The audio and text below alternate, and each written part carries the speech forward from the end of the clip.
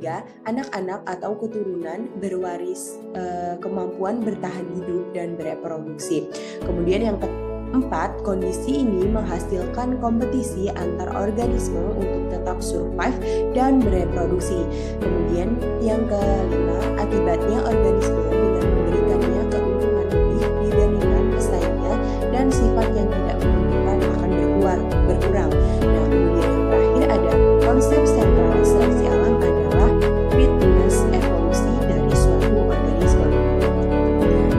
Kemudian ada mutasi bias. Mutasi bias berfungsi sebagai mekanisme evolusi bila ada berbagai probabilitas pada tingkat molekuler mutasi dapat terjadi.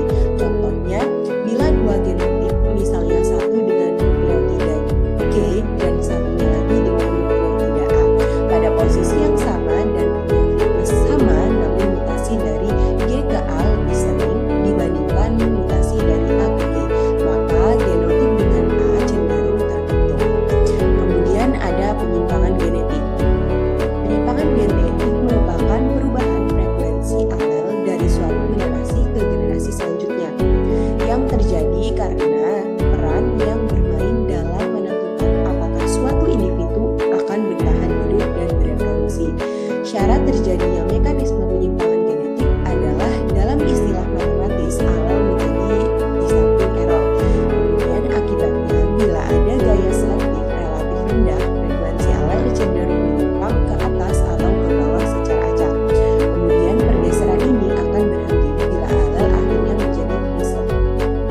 Kemudian apakah karena hilang dari populasi ataupun digantikan alel lain secara keseluruhan. Kemudian materi yang terakhir adalah pertukaran aliran gen. Terjadinya mekanisme aliran gen adalah pertukaran gen antar populasi dan antar spesies. Kemudian ada atau tidaknya aliran gen secara fundamental mengubah evolusi. Karena kompleksitas organisme di dua populasi manapun yang terpisah sempurna akhirnya akan terbentuk kompatibilitas genetik melalui proses internal.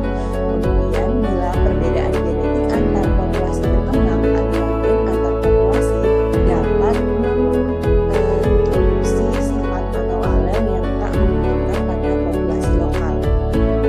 Kemudian hal ini menyebabkan organisme di populasi ini membentuk mekanisme yang mencegah perkawinan dengan populasi yang berjauhan secara genetik.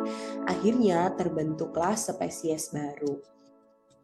Baiklah, mungkin cukup sekian penjelasan materi evolusi kehidupan dari saya. Apabila ada kurangnya saya mohon maaf dan kepada Allah saya mohon ampun. Wabillahi taufiq wal hidayah. Wassalamualaikum warahmatullahi wabarakatuh.